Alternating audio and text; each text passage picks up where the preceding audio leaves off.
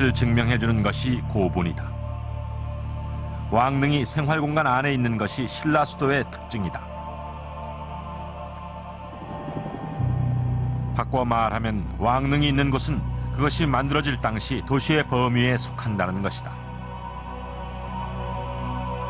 그런데 6세기 이후에는 왕릉이 360방의 범위를 벗어나 외곽에 자리 잡는다. 이것은 도시의 범위가 외곽으로 확장됐음을 뜻한다.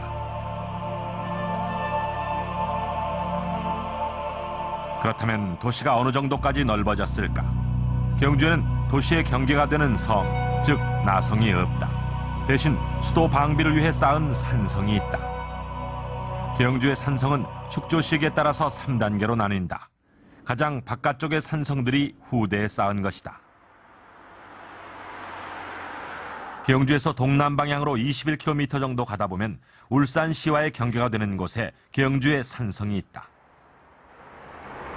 바로 관문성이다. 관문성은 3단계 산성 가운데 하나다.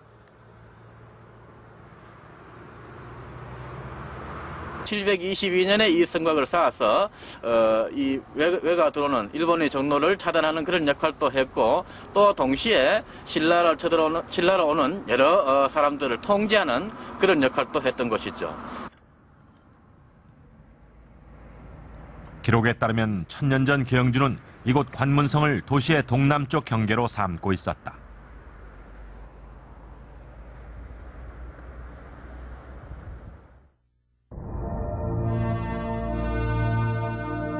천년 전 경주는 360방을 훨씬 벗어난 지역까지 확장됐고 그 범위는 시군 통합된 현재 경주시의 범위와 거의 일치한다.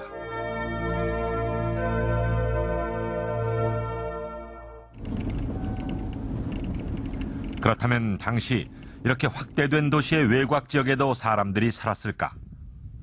지금은 민가가 거의 없는 도시 외곽 지역. 규모는 현재 저기까지인데요.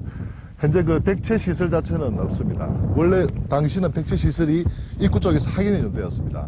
그러나 그 시간이 지나다 보니까 이게 파괴가 돼가지고 주저앉아 있는 상태였고, 그 백체 시설을 갖다 지탱하기 위해서 이와 같이 기둥구멍이 하나, 둘, 세 개가 같은 간격으로 나와 있습니다.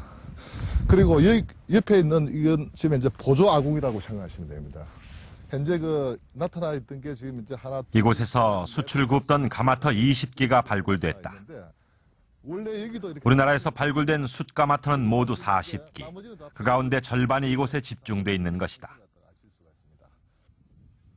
이곳에서 발굴된 숯가마터는 신라시대 민가에서 수출피와 취사를 했다는 기록을 뒷받침해 주었다. 그리고 여기서 만들어진 그 숯은 경주 이런 왕경지구에다가 음식 조리용, 지사용으로도 갈 수도 있고, 저희들도 생각하기에는 토기 가마에 온도를 갖다가 계속 일정한 온도로 유지시킬 수 있는 연료용으로도 쓰실 가능성을 갖다가 같이 생각하고 있습니다.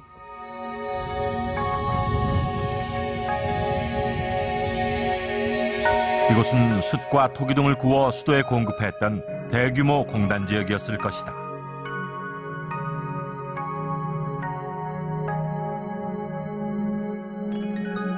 배장료가 이렇게 있습니다. 소행석가 같은 거. 이런 것들은 어떤 같은 가족 관계에 있는 유아라든가 좀 어린애를 위한 무덤이고.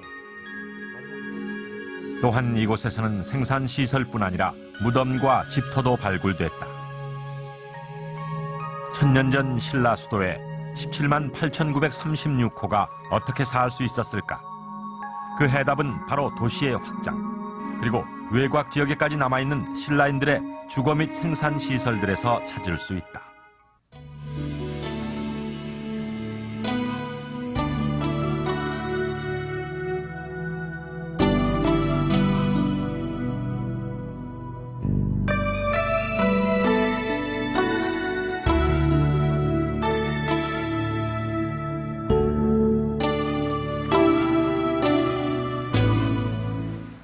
삼국사기에 이런 이야기가 기록이 되어 있습니다. 신라 49대 헌강왕은 이 월상루라는 데 올라 경주를 바라보면서 이렇게 말했다고 합니다. 내가 듣기로 지금 민가에서는 모두 기와로 지붕을 잇고 숯을 떼서 밥을 짓고 있다는데 그것이 사실인가? 그러자 신하들은 이렇게 대답을 합니다. 소신들도 그렇게 들어 알고 있습니다. 해마다 풍년이 들어 백성들은 먹을 것이 넉넉하고 나라가 평화스러우니 이는 모두 성덕의 소치이옵니다. 그 말을 들은 헌강왕은 이렇게 말합니다. 이는 모두 다 경들이 잘 보좌한 덕분이다. 내게 무슨 덕이 있겠는가? 이렇게 말을 했다고 합니다. 어떻습니까? 태평성대를 누리고 있는 신라 수도의 모습입니다. 그런데 여기서 한 가지 빠진 게 있습니다. 바로 헌광왕이 살던 궁궐이 없습니다. 이 신라의 왕궁은 이 화려했던 도시 어디에 있었을까요? 그리고 그 모습은 또 얼마나 위풍당당했을까요?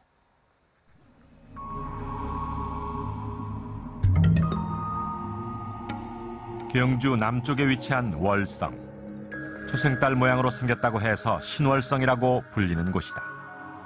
이곳에서는 재성이라는 글자가 새겨진 기와가 출토됐다.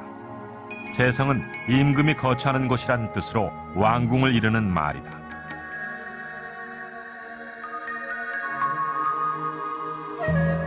재성 명문의 기와는 월성 해자를 발굴하면서 출토됐다. 해자는 성벽 바깥쪽에 깊은 웅덩이를 파고 물을 채운 일종의 궁궐 방어 시설이다.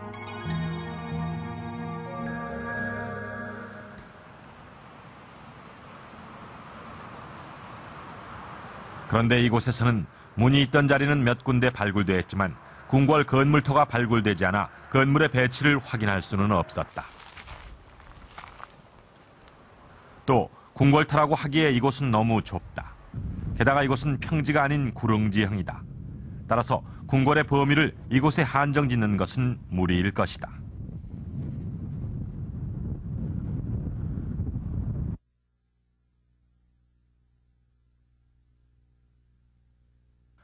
월성의 동쪽편을 주목해보자.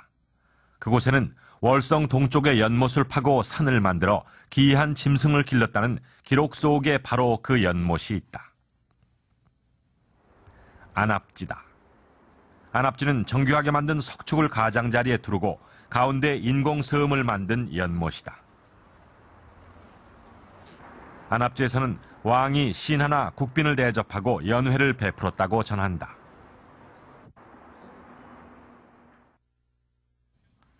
안압지에서 출토된 주사위에 새겨진 내용에서 왕과 귀족의 놀이문화를 엿볼 수 있다.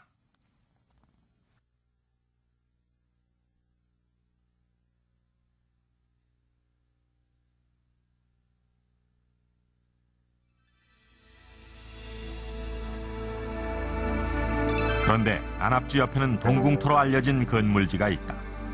기록에 따르면 동궁은 안압지를 만들고 5년 뒤에 지은 궁궐이다. 동궁이 섰던 초석이 발굴 보존돼 있다.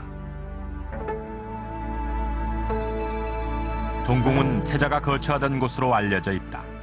아마 이곳은 월성의 별궁 역할을 했을 것이다.